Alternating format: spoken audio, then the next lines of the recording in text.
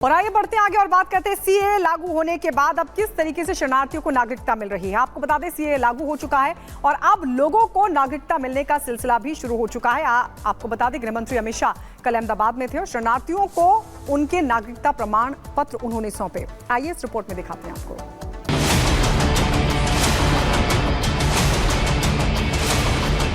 जवाहरलाल नेहरू ने किया हुआ महात्मा गांधी का आह्वान वो सब भुला दिया। गृह मंत्री अमित शाह अहमदाबाद में थे। अमित शाह यहां सीए के तहत नागरिकता प्रमाण पत्र वितरण कार्यक्रम में शामिल हुए। इस दौरान शाह ने कांग्रेस और उसके घटक दलों को जमकर आड़े हाथ लिया। सन 47 में किया हुआ वादा, जवाहरलाल नेहरू ने किया हुआ महात्मा गांधी का आह्वान वो सब भुला दिया गया। क्यों? क्योंकि उनको लगा कि इनको नागरिकता देंगे तो हमारी वोट बैंक नाराज हो जाएगी और तुष्टीकरण के कारण ये लाखों करोड़ों लोगों को नागरिकता से वंचित रहना। करोड़ों हिंदू, करोड़ों जैन, बौद्ध, सिख जिनको न्याय नहीं मिला था उनको न्याय देने की शुरुआत की। गृह मंत्री अमित शाह ने अपने भाषण में एक बार फिर साफ कर दिया है कि सीए नागरिकता देने के लिए है, ना कि नागरिकता छीनने के लिए है। साथ ही देश में घुसपैठ के लिए पिछली सरकार पर हमला बोला। जो अपनी बहन बेटियों को बचाने के लिए आए, अपनी संपत्ति को, अपने धर्म को, अपने सम्मान को बचाने के लिए आए, वो क्यों भारत के नागरिक नहीं बन सकते? एक और तो सीमा से आपने घुसपैठ कराई, करोड़ों घुसपैठियों को आने दिया, अवैध रूप से उनको नागरिक बना दिए, और जो कानून को मानते हैं, आपको एप्लीकेशन की, उनको कहते हैं कानून में इसकी जगह नहीं है। ये कोई पहली बार नहीं, इससे पहले सीए के तहत शरणार्थियों को नागरिकता मिल चुकी है। दिल्ली और जयपुर समेत कई राज्यों में शरणार्थियों को नागरिकता मिल चुकी है और मिल रही है। केंद्र सरकार ने 11 मार्च 2024 को सीए देश भर में लागू किया। पहली बार 14 लोगों को भारत की नागरिकता दी गई है और तब से ये निरंतर जारी है। Bureau report, Republic Bharat.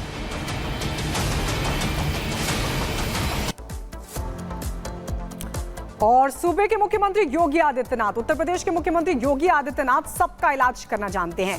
योगी सिर्फ यूपी के गुंडे अपराधी उनका ही इलाज करना नहीं जानते, बल्कि अपराधी गुंडों के अलावा पड़ोसी मुल्क पाकिस्तान भी उनसे थर्राता है। योगी आदित्यनाथ ने अभी कुछ दिन पहले ही पाकिस्तान को लेकर एक बड़ा बयान दिया। उस बयान ने पाकिस्तान को हिलाकर रख दिया है। पाकिस्तान घबराया हुआ है, पाकिस्तानी हुकूमत परेशान है, पाकिस्तान का जर्रा जर्रा कांप रहा है। पाकिस्तान को समझ नहीं आ रहा कि अब वो करे तो आखिर करे क्या। क्या है योगी आदित्यनाथ का वो बयान, पहले आइए आपको सुनवाते हैं। बात अगर महर्षि जो हैं, इनका नाम बड़ा मुश्किल है, औरोबिंदु, इनकी समझ में आ जाती तो शायद योगी आदित्यनाथ की समझ में आ जाती है। ये पाकिस्तान के पूर्व राजनयिक हैं जिन्हें महर्षि अरविंद का नाम बोलने में ही इतनी दिक्कत हो रही थी, तो सोचिए इन्हें योगी आदित्यनाथ के बयान से कितनी मिर्ची लगी होगी। तमाम कोशिशों के बाद भी ये महर्षि अरविंद का नाम ठीक से नहीं ले पाए, तो ये उनके विचारों से कैसे तारुफ रख पाएंगे। महर्षि अरविंद का नाम पूर्व पाकिस्तान राजनयिक की जुबान पर आने के पीछे उत्तर प्रदेश के मुख्यमंत्री योगी आदित्यनाथ का बयान है। महर्षि अरविंद ने जो 1947 के पहले घोषणा की थी, आजादी की त्रास, देश की विभाजन की त्रासदी आजादी के मिलने के बाद अक्सर उन्होंने इस बारे में अपनी चिंता व्यक्त भी की और उन्होंने इस बात को कहा था कि आध्यात्मिक जगत में पाकिस्तान कोई वास्तविकता नहीं है। योगी के इसी बयान ने पूरे पाकिस्तान में हलचल मचा दी है। योगी ने यह बयान स्वतंत्रता दिवस से ठीक एक दिन पहले 14 अगस्त को दिया था और ये कह दिया था कि या तो पाकिस्तान इतिहास के पन्नों में दर्ज होकर रह जाएगा या फिर भारत में इसका विलय हो जाएगा। या तो उसका भारत में विलय होगा या पाकिस्तान इतिहास से समाप्त होगा, हमेशा के लिए समाप्त होगा। ये बयान पाकिस्तान को पच नहीं पा रहा है। योगी आदित्यनाथ के इस बयान पर भारत में पाकिस्तान के उच्चायुक्त रहे अब्दुल बासित ने प्रतिक्रिया दी। अब्दुल बासित ने पाकिस्तान के खत्म हो जाने की भी भविष्यवाणी का विरोध किया। वो दावा करते हैं कि उनका मुल्क बना रहेगा। महर्षि औरोबिंदो, तो इनका कहना ये था कि जी वो भी पाकिस्तान से मुताल्लिक यही बात करते थे कि जी जो Pakistan had no reality in the spiritual realm. अब हमें नहीं मालूम कि इसका मतलब क्या है, एग्जिस्टेंस स्पिरिचुअल वर्ल्ड में क्या होती है। ये खैर योगी साहब को भी आई एम श्योर नहीं मालूम होगा कि वो क्या कहना चाहते हैं, स्पिरिचुअल वर्ल्ड से क्या मुराद है। हालांकि अब्दुल बासित को योगी आदित्यनाथ के इस बयान का मतलब ही समझ नहीं आ रहा और ये बात उन्होंने खुद स्वीकार की है। साफ है पाकिस्तान का अस्तित्व खतरे में है। कंगालिस्तान का खतरा उस शासन और प्रशासन से स्वतंत्र होना चाहता है। पाकिस्तान के पूर्व राजनयिक भले ही कुछ भी बोले, लेकिन सच्चाई ये है कि पाकिस्तान की आवाम योगी और मोदी को पसंद करती है। मोदी और योगी का जादू उनके सर पर इस कदर है कि पाकिस्तानी आवाम चाहती कि जल्द से जल्द पाकिस्तान का विलय भारत में हो जाए। यानी जो 1947 में गलती की थी उसको पाकिस्तानी आवाम चाहती कि जल्द से जल्द सुधार लिया जाए और भारत में विलय कर दिया जाए ताकि उनकी जिंदगी भी सुधर सके। रिपोर्ट देखिए क्या कह रही है पाकिस्तानी आवाम। अंग्रेजों ने क्या किया, अंग्रेजों ने बड़े सगीर को अलग किया। बड़े सगीर में कौन कौन थे? आज का बांग्लादेश, पाकिस्तान और हिंदुस्तान सारे एक ही था। अंग्रेज एक नहीं मरा, हम तो आपस में नस्ल मर रही है ना। एक तो हिंदुओं के साथ हिंदू कौन थे? हम में से ही लोग कन्वर्ट होकर मुसलमान हुए ना, हमारी नस्लों में से ही। आपने धोखा किया 1947 में कि आए पाकिस्तान बनाए, लेकिन आपने बनाया नहीं। जिस तरह मेरा एक पहले स्लोगन है कि आपने फाइलों में पाकिस्तान बनाया है, practically Pakistan does not exist. यही प्रधानमंत्री मोदी और सीएम योगी का जलवा है जो पाकिस्तानियों के सिर पर चढ़कर बोलता है। हिंदुस्तान के अखंड भारत का जो सपना देखा गया, उस सपने का समर्थन पाकिस्तान की ये आवाम कर रही है। कह रही है कि पाकिस्तान को भारत से अलग अंग्रेजों ने किया है, दरार पैदा करने का काम अंग्रेजों ने किया, लेकिन अब भारत के साथ आगे बढ़ना है। अंग्रेजों ने क्या किया, अंग्रेजों ने बड़े सगीर को अलग किया। बड़े सगीर में कौन कौन थे? आज का बांग्लादेश, पाकिस्तान और हिंदुस्तान सारे एक ही था। अंग्रेज एक नहीं मरा, हम तो आपस में नस्ल मर रही है ना। एक तो हिंदुओं के साथ हिंदू कौन थे? हम में से ही ये जो बड़े सगीर था, यहाँ पर हम सारे इकट्ठे रहते थे ना। हमने मुल्क अलहदा लिया, तो आज नफरतें क्यों है इतनी ज्यादा? आज वो अलग, हम अलग। कोई भी हम कहते कि नहीं हमारे वो मतलब कि हमारी जड़ें हम किसी को बता ही नहीं सकते कि हम कहाँ से हैं। बात ये कि देखें, अगर नफरतों की बात करते हैं तो नफरतों की रीजंस बहुत सारी हैं। जी जी, थोड़ा इस तरफ आएंगे। सियासी मामलात भी हैं, मजहबी मामलात भी हैं, जी जी, थोड़ा इस तरफ, माशी मामलात भी हैं, ठीक है ना जी जी, और रूहानी मामलात भी, बहुत सारे मामलात। देखिए, हमारा जो दो कौमी नजरिया है ना, उसी को अगर हम समझ लें तो हमें ये पता चल जाएगा कि हम हमारे और उनके अंदर डिफरेंस क्यों पैदा हुआ है। मुफादात होते हैं, कौमी मुफादात होते हैं, उनके ऊपर सारी जमातों को एक होना चाहिए और तभी ही मामलात आगे की तरफ बढ़ते हैं।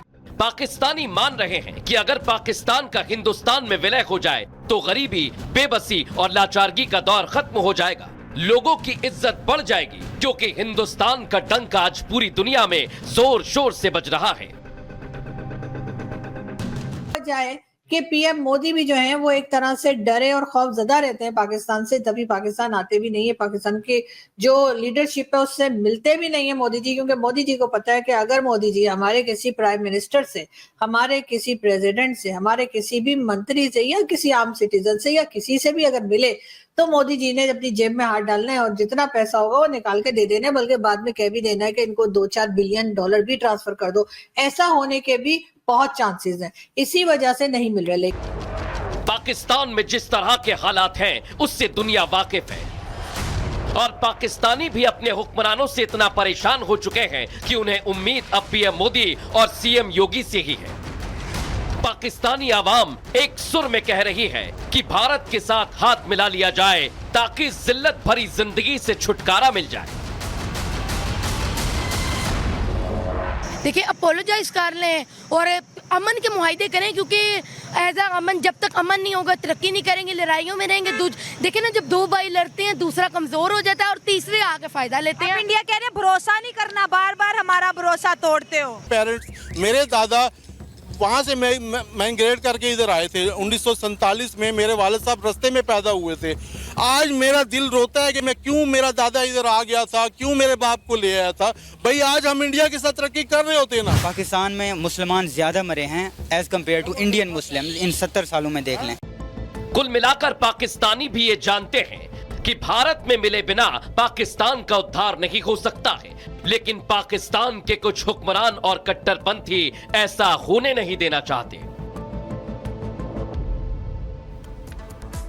और इस बीच चिली के सैंटियागो से एक बड़ी खबर आ रही है और ये बताया जा रहा है कि वहां पर मेट्रो स्टेशन में भीषण आग लग गई है, जिसकी वजह से फायर ब्रिगेड मौके पर पहुंची है। आग बुझाने की कोशिशें लगातार जारी है, लेकिन आपको चिली के सैंटियागो से बड़ी खबर बता दें।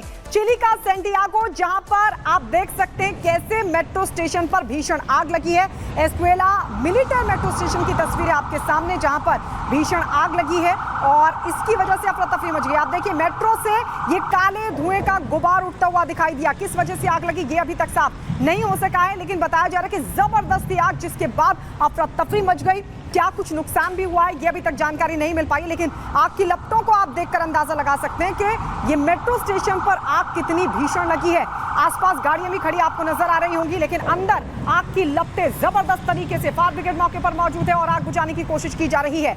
चिली के एस्कुएला मिलिटर मेट्रो स्टेशन की तस्वीरें हम आपको दिखा रहे हैं, जहां पर मेट्रो स्टेशन पर भीषण आग लग गई।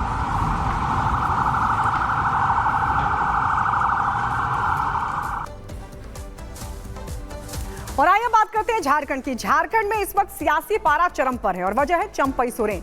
चंपई सोरेन ने अपने अपमान का दर्द बयां कर यह स्पष्ट संकेत दे दिया है कि अब बीजेपी में उनका जाना तय है। लेकिन हेमंत सोरेन इस पूरे घटनाक्रम के पीछे बता रहे हैं बीजेपी का हाथ। रिपोर्ट दिखाते हैं आपको। मैं चंपई सोरेन, हम जहां पर है वहीं पर है, हम जहां पर है वहीं पर है। झारखंड के पूर्व मुख्यमंत्री चंपई सोरेन का ये वो बयान है जो उन्होंने दिल्ली पहुंचने के बाद दिया है। कहते हैं सियासत में किसी बयान का कोई मतलब नहीं होता है।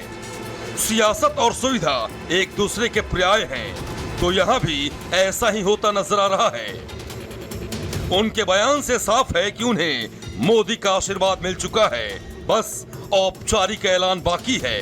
एक बार फिर सुनिए चंपई सोरेन ने क्या कहा है। हम जहां पर है वहीं पर है, हम जहां पर है वहीं पर है। चंपई सोरेन के इस बयान का सीधा मतलब है कि जब तक हूं तब तक हूं। अब चंपई सोरेन कब तक झारखंड मुक्ति मोर्चा में हैं वही बता सकते हैं, लेकिन झारखंड में खेला हो गया है। झारखंड मुक्ति मोर्चा के दिग्गज नेता बीजेपी के दरवाजे पर पहुंच गए हैं।